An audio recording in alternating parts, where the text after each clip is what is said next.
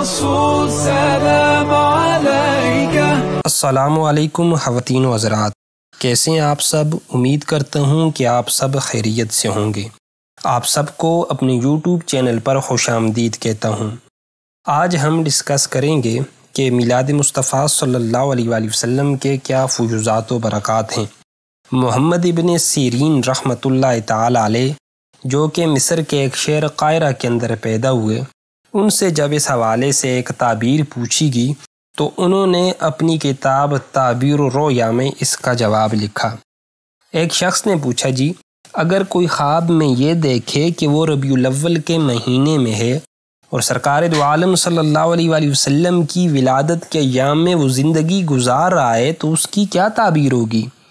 تو امام ابن سیرین رحمۃ اللہ تعالی علیہ نے ارشاد فرمایا، سن لو، اگر وہ شخص بے اولاد ہے تو اللہ رب العزت اسے اولاد کی نعمت عطا فرمائے گا، کیونکہ جب سرکار دو عالم صلی اللہ علیہ وآلہ وسلم کی جلوہ گری ہوئی تو اللہ نے ساری دنیا میں ساری عورتوں کے ہاں بیٹے جننے کی بشارت سنا دی۔ اسی طرح محمد ابن سیرین رحمۃ اللہ تعالی علیہ نے فرمایا، دوسرا فائدہ، اگر وہ تنگ دست ہوگا تو اللہ تعالیٰ اس کی تنگ دستی دور فرمائے گا۔ تیسرے نمبر کے اوپر، اگر بیمار ہوگا تو اللہ اسے شفا یابی عطا کرے گا، اور چوتھے نمبر کے اوپر، اگر مظلوم ہوگا تو اسے ظلم سے نجات ملنے والی ہے۔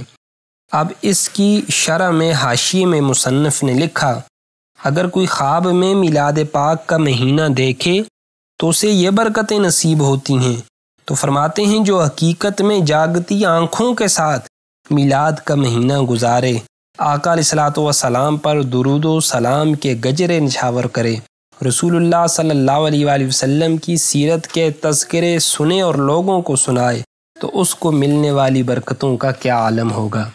علامہ اسماعیل حقی رحمۃ اللہ تعالی علیہ تفسیر روح البیان کے اندر فرماتے ہیں میلاد کی برکتیں بے حد و بے حساب ہیں۔ جس گھر میں محفل میلاد ہوتی ہے سارا سال اس گھر کے اندر برکتیں اور رحمتیں نصیب ہوتی ہیں۔ تو اللہ رب العزت ہم مسلمانوں کو بھی میلاد مصطفیٰ صلی اللہ علیہ وآلہ وسلم کے فیوضات و برکات سمیٹنے کی توفیق عطا فرمائے۔